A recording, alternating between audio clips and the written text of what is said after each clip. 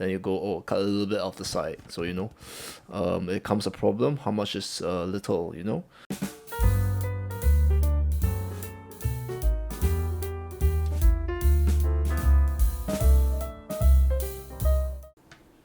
Hello everyone, my name is Jaya. I like to talk about art, design, teaching, and storytelling. Today I want to talk about the Loomis method. If you are self-taught, you will likely know of this method from like conceptart.org when it was still around, DeviantArt, all that kind of thing. When people ask for what is a good way to start, everybody talks about the Loomis method. It's a method by an American illustrator, Andrew Loomis, and it's very popular and constantly put forward as a good method of drawing hits.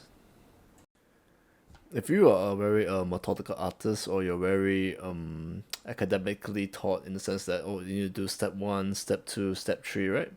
You want to follow the method step by step. You will come across a problem you have to reconcile eventually. Because let's say step one, you draw the circle, it's okay. Step two, you cut in half, or half is very easy mathematically, is the brown line, okay, it's fine. Step three is center line, all very measurable, all very clear cut, all very so-called mathematical, all very easy to do.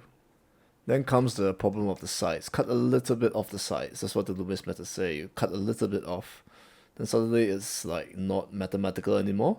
It becomes approximation. It's very hard for some people like me especially to go how much is little. You started with half for brown line, half is the center line and all that, half of the circles, and one third, one third, one third makes sense. Then you go, oh, cut a little bit off the side. So it comes a problem. How much is little?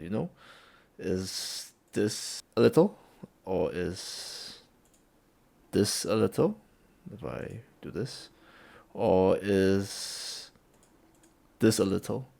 So you see, it becomes a bit of a problem where you don't know how much is a little. You go, how much do you want me to cut off? I talk about the solution or more problems about the method extensively in my supplementary series on Gumroad or Coffee. If you prefer Coffee, it's also on there.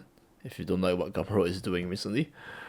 If you want to know more, please check this out. I will address all views of the head eventually. There's also the other views I have other than the front view on the website. But for now, the only really presentable one is the front view one that I have here on my Gumroad or Coffee. Here's just the table of contents, what I kind of go through regarding the method. This is some things that I touch upon and what I found out, what I researched for myself. This is the final page of the contents. But basically, for the problem of the sides, I can go two ways, and they are on the screen right now.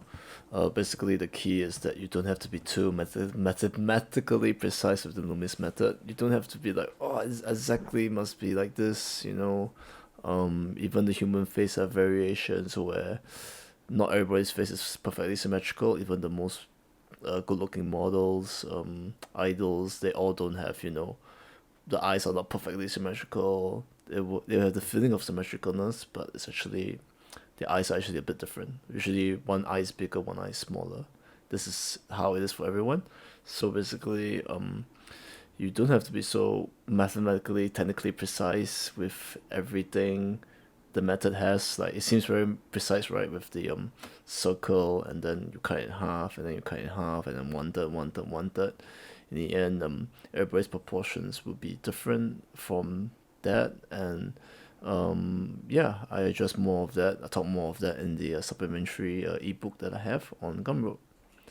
Please check out my website's article linked below to find out more about the subject. I probably definitely missed some things in this video that I didn't talk about. There's a great question I also have underneath the article where the person asked me some questions and I try to answer them as best as I can.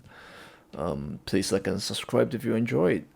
Please also comment if you have any questions about the Loomis method. Let's learn more together. Let's see if there's any other problems that we can address and to try to avoid any pitfalls where you're stuck trying to keep doing the same thing over and over.